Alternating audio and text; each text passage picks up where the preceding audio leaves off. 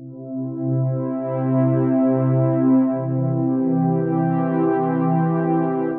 दोस्तों, मोबाइल के कैमरे तो हम सभी यूज़ करते हैं और अभी कुछ ही सालों में उसका जो मेगापिक्सल काउंट है वो बहुत ज़्यादा इंक्रीज़ हो गया है। पहले इतने ज़्यादा मेगापिक्सल के कैमरे नहीं आते थे मोबाइल में। पहले 4 मेगापिक्सल 8 मेगापिक्सल तक के कैमरे आते थे, लेकिन अभी कुछ ही सालों में 12 मेगापिक्सल 32 मेगापिक्सल 64 मेगापिक्सल तक के कैमरे आने लगे हैं और अभी तो 108 मेगापिक्सल तक के जो मोबाइल में कैमरे होते हैं वो आने लगे हैं। लेकिन दोस्तों, आज हम बात करेंगे एक 600 मेगापिक्सल के कैमरे के बारे में। तो दोस्तों, अगर आपको जानना है कि इसके बारे में क्या न्यूज़ है तो आप आज इस वीडियो को आगे देखते रहिए और मैं आपको बताऊंगा कि ये जो 600 मेगापिक्सल का कैमरा है उसके बारे में क्या बात चल रही है। तो नमस्कार दोस्तों, मेरा नाम है ध्वज शर्मा, आप देख रहे हैं द ऑस्कर्स वर्ल्ड। तो चलिए हम ये वीडियो शुरू करते हैं।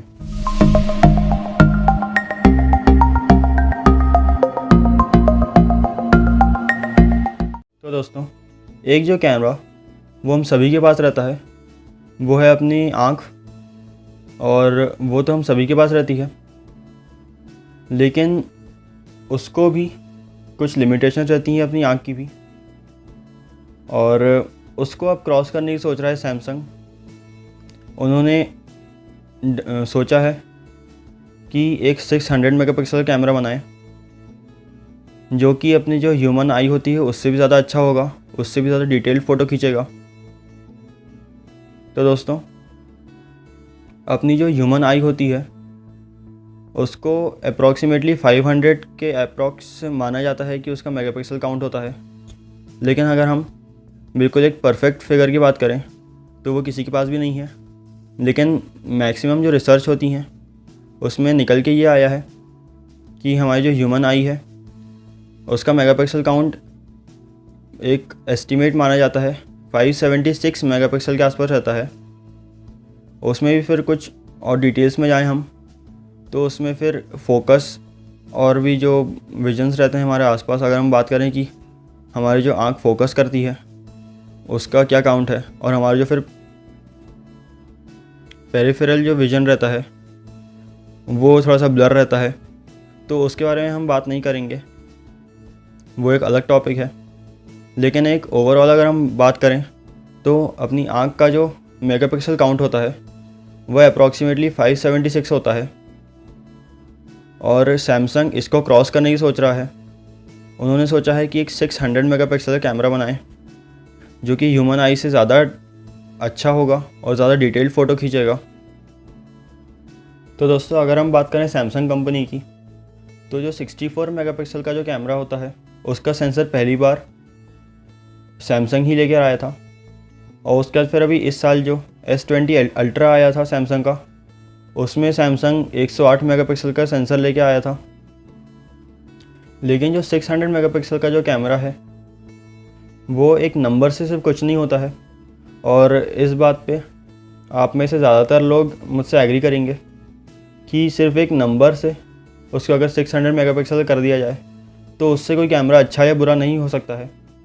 उसके अलावा बहुत सारी ऐसी चीज़ें होती हैं जो एक कैमरे को अच्छी या बुरी बनाती हैं। आपने देखा होगा कि एप्पल का जो मोबाइल होता है उसमें बहुत ज़्यादा मेगापिक्सल काउंट नहीं होता है, लेकिन उसकी जो फ़ोटो क्वालिटी निकल के आती है, जो फाइनल रिज़ल्ट रहता है वो काफ़ी कैमरों से अच्छा होता है।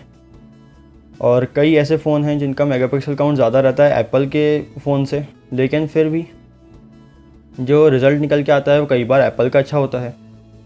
तो इसलिए सिर्फ एक नंबर से हम कुछ नहीं बोल सकते हैं कि किसी फ़ोन का कैमरा अच्छा है कि बुरा है, क्योंकि वो उसमें और भी बहुत सारी चीज़ें होती हैं जो डिपेंड करती हैं। लेकिन हम उनके बारे में बात नहीं करेंगे। आज हम बात कर रहे हैं सिर्फ जो 600 मेगापिक्सल का जो कैमरा जो डेवलप कर रहे हैं सैमसंग, उसके बारे में।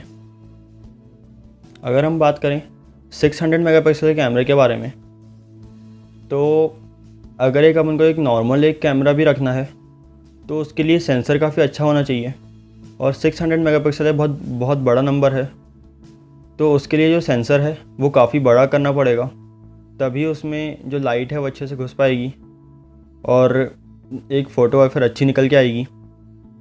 लेकिन हम ये नहीं कर सकते हैं कि एक मोबाइल से बड़ा उसका सेंसर कर दें, क्योंकि मोबाइल में सिर्फ एक कैमरा ही मेन कंपोनेंट नहीं रहता है, उसमें और भी काफ़ी सारी चीज़ें होती हैं। मोबाइल में कैमरा एक कंपोनेंट रहता है, लेकिन वो इकलौता कंपोनेंट नहीं रहता है, उसमें फिर बैटरी भी रहती है और उसके प्रोसेसर रहता है, उसकी रैम रहती है और बहुत सारी ऐसी चीज़ें रहती हैं जो एक मोबाइल को बनाती हैं। उन सब का मिक्सचर ही एक मोबाइल होता है। तो हम सिर्फ एक कैमरे पे फोकस नहीं कर सकते हैं और इसलिए सेंसर को हम बहुत ज़्यादा बड़ा नहीं कर सकते हैं, उसकी भी एक लिमिटेशन है। ये अगर हम बहुत ज़्यादा बड़ा कर देंगे तो फिर बाकी कंपोनेंट के लिए जगह ही नहीं रहेगी, और या फिर हमको फिर एक मोबाइल को और बड़ा करना पड़ेगा, जो कि फिर किसी मतलब का नहीं रहेगा, क्योंकि फिर वो मोबाइल नहीं कहलाएगा, वो टैबलेट हो जाएगा उसको, फिर या फिर अपन को लैपटॉप बनाना पड़ेगा उसको। तो इसलिए सैमसंग ने उसके लिए एक सॉल्यूशन निकाला, और वो लोग जो 108 मेगापिक्सल का जो कैमरा था उनका, उसमें वो एक टेक्निक को यूज़ करते हैं जिसको बोला जाता है नोना बिनिंग। अगर हम बात करें इंडिविजुअल पिक्सल साइज़ का एक 108 मेगापिक्सल के कैमरे में, तो उसमें 108 मेगापिक्सल कैमरे में एक जो सिंगल पिक्सल रहता है उसका साइज़ हो जाता है 0.8 माइक्रोन का, जो कि काफ़ी छोटा होता है, और उसके लिए फिर हमको सेंसर साइज़ बढ़ाना पड़ता है। तो इसलिए जो ये नोना बिनिंग जो है उसमें सैमसंग ये यूज़ करता है कि जो 108 जो उनके पिक्सल्स रहते हैं उनको वो 9 के ग्रुप्स में बनाया जाता है, मतलब एक 3x3 के स्क्वायर में उनको जॉइन कर देता है 9 मेगापिक्सल्स को। और इसलिए अगर हम बात करें तो जो 108 मेगापिक्सल का जो कैमरा होता है वो एक्चुअली जो उसका रिज़ल्ट निकल के आता है वो 12 मेगापिक्सल का निकल के आता है, क्योंकि अगर हम 108 को डिवाइड करें 9 से तो ये 12 निकल के आता है। और इसलिए फिर उसका जो इंडिविजुअल पिक्सल साइज़ होता है वो इंक्रीज़ हो जाता है, और वो इंक्रीज़ होके 2.4 माइक्रोन का हो जाता है, और इसलिए हमको एक फ़ोटो क्वालिटी अच्छी निकल के आती है, और इसलिए हम उसका सेंसर छोटा रख पाते हैं। लेकिन लास्ट ईयर एक खोज हुई थी, एक रिसर्च हुई थी, जिसमें सैमसंग ने जो 0.8 माइक्रोन को उसको भी ब्रेक थ्रू कर दिया और एक 0.7 माइक्रोन का एक सेंसर बनाया है, और उसको भी हम यूज़ कर सकते हैं इसी तरीके से अगर हम बिनिंग करें तो। और अभी जो 600 मेगापिक्सल का जो काउंट की जो सोचा जा रहा है उसमें भी जो बिनिंग है और टेक्निक है उसको यूज़ करना ही पड़ेगा, क्योंकि अगर हम बिनिंग टेक्निक यूज़ नहीं करेंगे तो जो सेंसर साइज़ है वो बहुत ज़्यादा इंक्रीज़ करना पड़ेगा, और उतनी स्पेस रहती नहीं मोबाइल में। तो इसलिए एक 600 मेगापिक्सल के कैमरे के लिए हम 5x5 बिनिंग कर सकते हैं, जिसमें कि 25 जो मेगापिक्सल्स होंगे वो एक साथ आ जाएंगे, और इसलिए जो उसका रिज़ल्ट जो मेगापिक्सल निकल के आएगा वो 24 मेगापिक्सल रहेगा अगर हम एक 5x5 का क्लस्टर बनाएं। लेकिन ज़रूरी नहीं है कि सैमसंग 5x5 का ही क्लस्टर बनाए। ये एक मैं एग्जांपल दे रहा था कि इसको ऐसा कर सकते हैं, अगर बिनिंग टेक्निक को यूज़ करें तो हम 5x5 कर सकते हैं। और इसी तरीके से अगर सैमसंग एक कम मेगापिक्सल का कैमरा बनाता है तो हम 4x4 जो बिनिंग है वो भी कर सकते हैं। लेकिन हम देखते हैं कि सैमसंग कौन सी बिनिंग यूज़ करता है या कौन सी टेक्निक यूज़ करता है एक 600 मेगापिक्सल के कैमरे के लिए। और इसके साथ साथ सैमसंग UV और IR जो रेज़ होती है उनके बारे में सोच रहा है, क्योंकि जो ह्यूमन आई होती है उसकी कुछ लिमिटेशन होती हैं। लेकिन कैमरे में अगर उसको हम ब्रेक थ्रू कर दें और जो अल्ट्रावायलेट रेज़ जो रहती हैं और इंफ्रारेड रेज़ जो रहती हैं उनको अगर हम देख सकें तो उसके बारे में कुछ रिसर्च सोच रहा है सैमसंग। इसकी जो पॉसिबिलिटीज़ हैं वो काफ़ी ज़्यादा हैं, लेकिन देखना ये है कि वो कब तक रियल लाइफ में हम उसको यूज़ कर पाते हैं, क्योंकि पॉसिबिलिटीज़ तो एंडलेस हैं। हम बहुत कुछ हम निकाल सकते हैं, बहुत कुछ हम रिसर्च कर सकते हैं, लेकिन वो कब तक होती हैं रिसर्च और उसके रिज़ल्ट्स कैसे निकल के आते हैं वो देखना है। और हो सकता है कि हमको एक 600 मेगापिक्सल कैमरे का मोबाइल देखने को मिले 1 साल या 1.5 साल के अंदर अंदर।